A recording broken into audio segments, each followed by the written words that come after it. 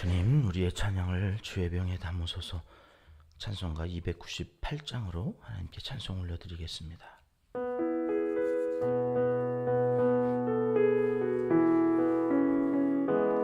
속죄하신 구세주를 내가 찬송하리라. 내게 자유 주시려고 주가고 난 당했네. 그 신사랑 찬양하리. 나의 죄 사하려고 십자가에 죽임당한 나의 주 찬양하리. 내가 구원 받은 증거 기뻐 전파하리라. 내 죄 모두 담당하신 주의 사랑 크셔라. 그 신사랑 찬양하리. 나의 죄 사하려고 십자가에 죽임당한 나의 주 찬양하리. 승리하신 구세주를 내가 찬송하리라. 죄와 죽음 지옥 권세 주가 모두 이겼네. 그 신사랑 찬양하리. 나의 죄 사하려고 십자가에 죽임당한 나의 주 찬양하리. 고마우신 구세주를 내가 찬송하리라. 죽음에서 생명으로 나를 인도하셨네. 그 신사랑 찬양하리. 나의 죄 사하려고 십자가에 죽임당한 나의 주 찬양하리. 주님, 우리의 기도를 주의 병에 담으소서. 기도문으로 함께 기도하시겠습니다. 사랑의 우리 아버지 하나님, 새로운 한날의 첫 시간, 전혀 새로운 마음으로 새 노래와 감사와 영광을 올려드리오니 기뻐 받아 주시옵소서. 성령께서 오늘도 우리에게 필요한 기도의 제목을 알게 하여 주시고, 성령님의 가르침을 따라 기도할 때에 하나님의 뜻이 기도대로 응답되는 현장을 우리의 눈으로 보게 하여 주시옵소서. 오늘도 기도 기둥에 붙여놓은 우리의 자녀 손들을 위해 기도하오니 자녀들의 취업의 문을 열어주시고 직장생활에서도 형통한 은혜를 베풀어 주시옵소서. 군에 간 자녀들을 보호하여 주시고 해외 출타한 자녀들과도 동행하여 주시옵소서. 때가 되어 좋은 짝도 만나 가정을 이루게 하옵소서. 태의 열매를 허락하여 주셔서 부모되는 기쁨과 감격이 있게 하시고 자녀들을 통해 하나님의 마음을 알아가는 신앙의 성장을 이루도록 복을 내려 주시옵소서. 공부하는 자녀 손들에게는 지혜와 명철을 더하여 주셔서 공부하고 새로운 지식을 쌓아갈 때 즐거움이 넘치게 하옵소서. 더 나은 미래를 위해 오늘을 기꺼이 투자할 줄 아는 성숙함이 우리의 자녀 손들에게 있게 하여 주시옵소서. 날마다 기도합니다. 선교사님들과 농촌교회, 개척교회 사역자들을 긍휼히 여겨 주시옵소서. 저들의 기도에 응답하여 주시고 저들의 필요를 채워 주시사 복음을 전하는 사명을 잘 감당하도록 인도하여 주시옵소서. 나라와 민족, 이 땅의 지도자들을 위해서 기도합니다. 하나님이 주신 비전을 볼 수 있는 눈을 허락하여 주시옵소서. 참으로 필요한 곳에 예산을 세우고 정직하게 사용되게 도와주시옵소서. 남북 간의 갈등, 세대 간, 지역 간의 갈등을 잘 풀어갈 수 있는 지도자들이 되게 하여 주시며 경제와 출산의 문제를 진심으로 해결해 나갈 지혜를 지도자들에게 허락하여 주시옵소서. 하나님을 사랑하는 자, 곧 그의 뜻대로 부르심을 입은 자들에게는 모든 것이 합력하여 선을 이루어 주실 줄 믿습니다. 하나님이여, 우리에게 은혜를 베풀어 주시옵소서. 예수님의 이름으로 기도합니다. 아멘. 이 새벽 주시는 하나님의 말씀, 레위기 4장입니다. 오늘 1절로 3절까지 말씀 함께 읽겠습니다. 여호와께서 모세에게 말씀하여 이르시되 이스라엘 자손에게 말하여 이르라. 누구든지 여호와의 계명 중 하나라도 그릇 범하였으되 만일 기름 부음을 받은 제사장이 범죄하여 백성의 허물이 되었으면 그가 범한 죄로 말미암아 흠없는 수송아지로 속죄 제물을 삼아 여호와께 드릴지니. 아멘. 오늘은 레위기 4장 속죄제에 대한 말씀입니다. 이 속죄제는 하실 말씀이 많으셨나 봐요. 이 5장 13절까지 속죄제에 관하여 말씀을 하십니다. 이 속죄제란 말 그대로 이 죄를 속하기 위해서 하나님께 드려야 하는 제사인데요. 근데 앞에서 우리가 살펴본 번제도 이미 속죄의 제사로 예수님께서 그렇게 각이 띄어지듯이 39대에 그 채찍에 이제 맞으시면서 그렇게 골고다 언덕으로 이제 오르셨다고 이제 말씀을 드렸는데, 또 속죄제가 또 따로 있단 말이야? 이제 이게 우리의 의문이죠. 번제하고 속죄는 같은 속죄 제사인데 뭐가 다르냐? 이제 그런 질문이 생길 수가 있습니다. 번제와 오늘 살펴보게 되는 속죄제는 이런 차이가 있습니다. 2절 말씀 다시 한번 읽을게요. 시작. 이스라엘 자손에게 말하여 이르라. 누구든지 여호와의 계명 중 하나라도 그릇 범하였으되. 하나님의 계명, 하나님께서 주신 그 계명 중 10도 아니고 20개도 아니고 하나, 단 하나만이라도 어겨요. 범하는데 그 앞에 뭐라고 돼 있어요? 그릇. 이 그릇, 이게 열쇠. 그릇 범하였다라고 하는 말은 세번역 성경으로 읽으면 이렇게 돼 있거든요. 같이 읽겠습니다. 세번역 성경 밑에 있는 거죠. 같이 읽습니다. 너는 이스라엘 자손에게 다음과 같이 일러라. 어떤 사람이 실수로 잘못을 저질러 나 주가 하지 말라고 명한 것을 하나라도 어겼으면 다음과 같이 하여야 한다. 빨간 글씨로 돼 있죠. 그릇이라고 하는 말은 어떤 뜻이에요? 실수로. 그러니까 번제의 속죄는 어떤 거냐면 알고도 지은 거예요. 알고도. 화가 나가지고 저 죽여버려야 되겠다. 그래가지고 가서 살인을 하면 이건 속죄의 제물이 아니라 번제의 제물로 드려야 되는 거예요. 내가 작정을 하고 가서 죄를 졌어요. 뭐 사람이 화가 나면 그러면 안 되죠. 그러면 안 되는데도 내가 가서 죽여야 되겠다. 이래가지고 도끼를 가지고 가서 사람을 막 죽여버렸어요. 그러면 이건 번제를 드려야 돼. 근데 이 속죄 제물은 뭐냐면 모르고. 그러니까 내가 나무를 하다가 도끼를 막 찍었는데 이 도끼자루에서 도끼가 빠져가지고 옆에 있는 사람이 그 도끼에 맞아 죽었어요. 이건 내가 죽이려고 그런 게 아니잖아요. 실수로 잘못을 해서 사람을 죽인 이 죄에 대해서는 번제가 아니라 무슨 제물을 드려야 돼? 속죄 제물을 드리라. 이게 다른 거예요. 아, 번제는 알고 지은 죄. 속죄는 모르고 지은 죄. 모르고.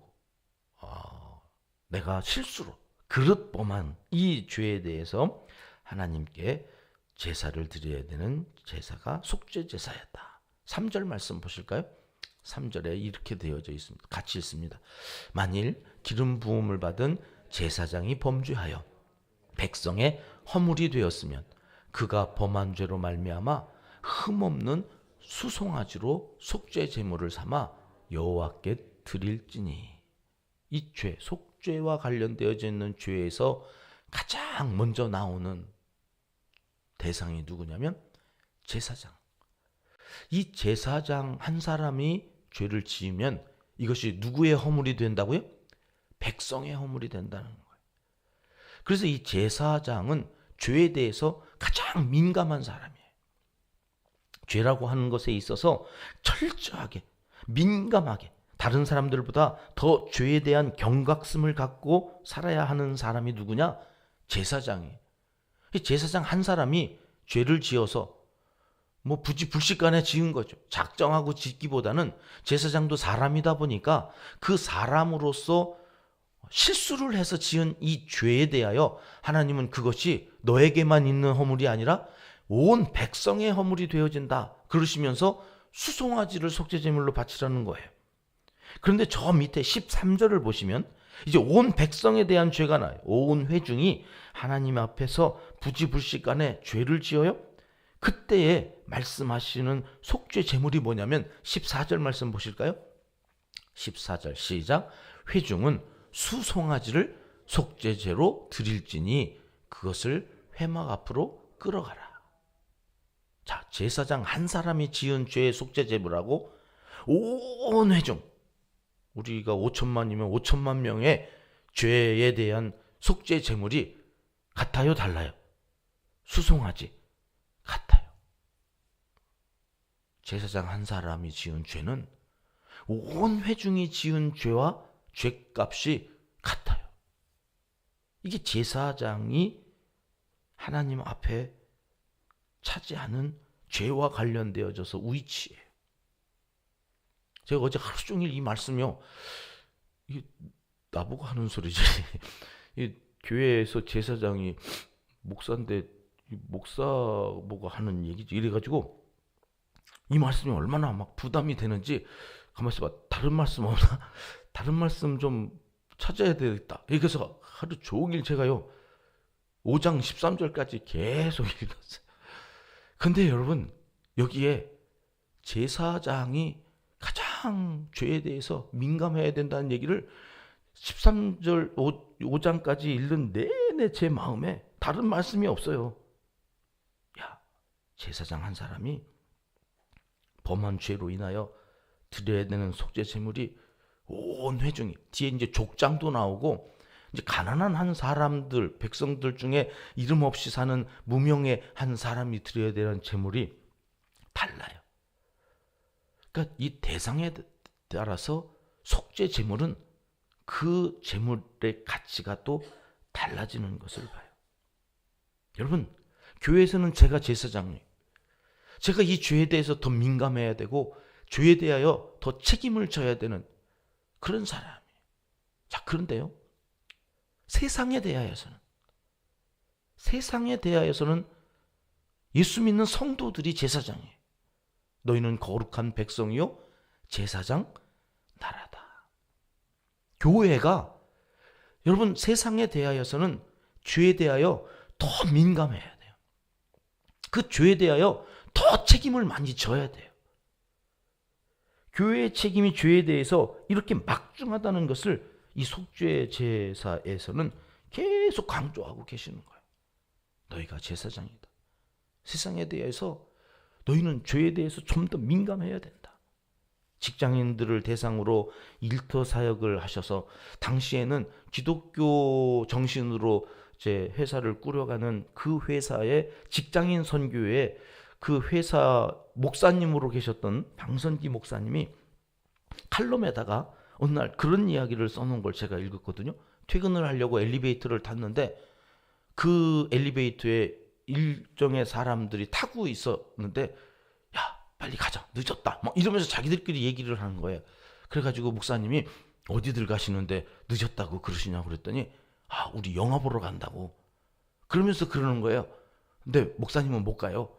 목사님은 안 돼요. 뭐 이러는 거예요. 그래서 아니 무슨 영화길래 나는 안 되고 당신들은 되냐고. 이분들도 다 예배드리는 다 기독교인들이고 세례교인들 뽑아가지고 거기에서 같이 예배도 드리고 그랬던 사람들이니까 도대체 이 사람들이 어디 무슨 영화를 보러 가기에 나는 안 되고 주들은 된다고 그러나. 그래서 꼬치꼬치 이렇게 막 물은 거예요. 뭐 보냐고. 도대체 무슨 영화냐. 그랬더니 당시에 핫했던 그 19금 영화를 이렇게 보러 가는 거예요.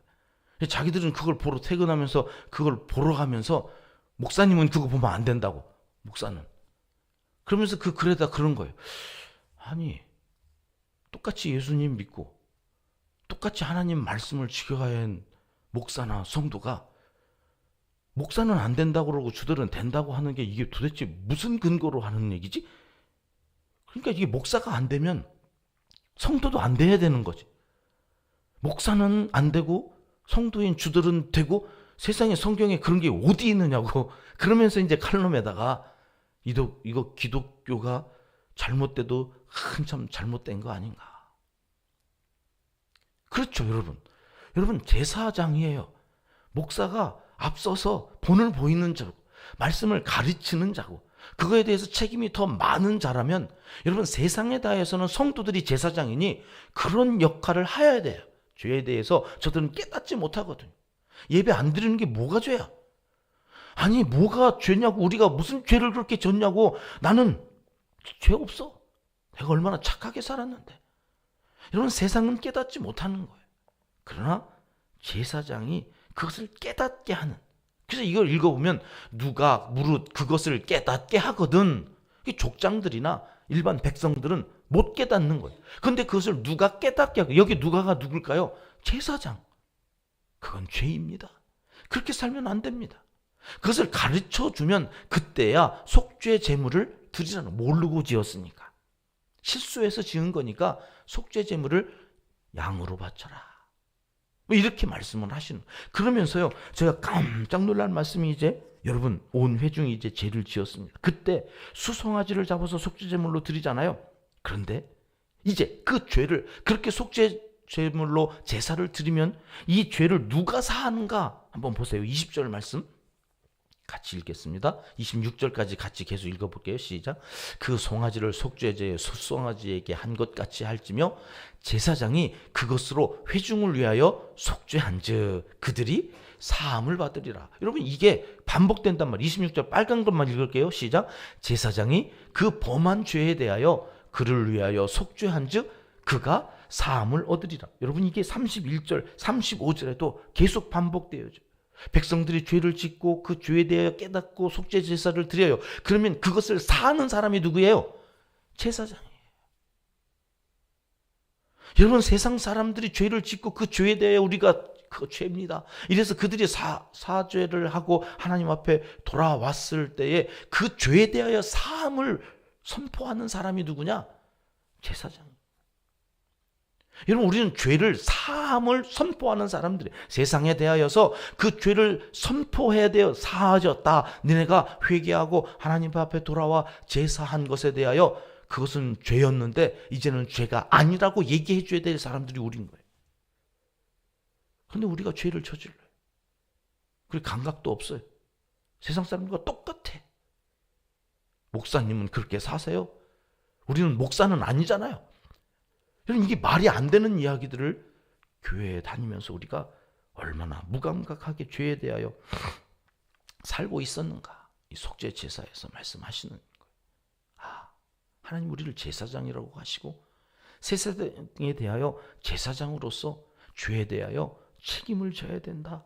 그 사실에 입각하여서 오늘 레위기 4장 그리고 5장 13절까지 읽으면 성도인 내가 세상에 대하여 제사장으로서 좀 더 죄에 대하여 민감하게 오늘 또 살아야 하겠구나. 이렇게 말씀 앞에 찔림이 되고 그 죄에 대해 예수 그리스도께서 우리의 속죄 제물로 드려지셨다고 하는 이 사실 앞에 또다시 감사하면서 다시 그분을 번제단에 속죄 제물로 다시 올리는 사실이 없도록 또 죄에 대하여 오늘도 하나님 앞에 겸허해 하나님 죄와 싸워 이길 수 있는 힘을 주시옵소서. 제가 제사장인데 제사장으로서 책임을 다하는 죄에 민감한 사람이 되게 해 주시옵소서. 기도하고 나아가셔서 오늘은 죄와 싸워 이기는 승리의 노래가 여러분들의 입술에 있기를 주님의 이름으로 축복합니다. 기도하겠습니다. 하나님 아버지, 우리를 거룩한 백성 제사장 나라로 삼아 주신 것을 감사합니다. 주님의 피로 속죄함을 입고 다시 또 죄에 빠져 허우적거리는 우리를 불쌍히 여겨주시고 오늘 하루만이라도 제사장답게 죄를 멀리하고 죄에 민감하게 살아가는 하나님의 사람들이 다 되게 해 주시옵소서. 예수님의 이름으로 기도드리옵나이다. 아멘. 주님 가르쳐 주신 기도입니다. 하늘에 계신 우리 아버지, 아버지의 이름을 거룩하게 하시며 아버지의 나라가 오게 하시며 아버지의 뜻이 하늘에서와 같이 땅에서도 이루어지게 하소서. 오늘 우리에게 일용할 양식을 주시고 우리가 우리에게 잘못한 사람을 용서하여 준 것 같이 우리 죄를 용서하여 주시고 우리를 시험에 빠지지 않게 하시고 악에서 구하소서. 나라와 권능과 영광이 영원히 아버지의 것입니다. 아멘. 자유롭게 기도하시겠습니다.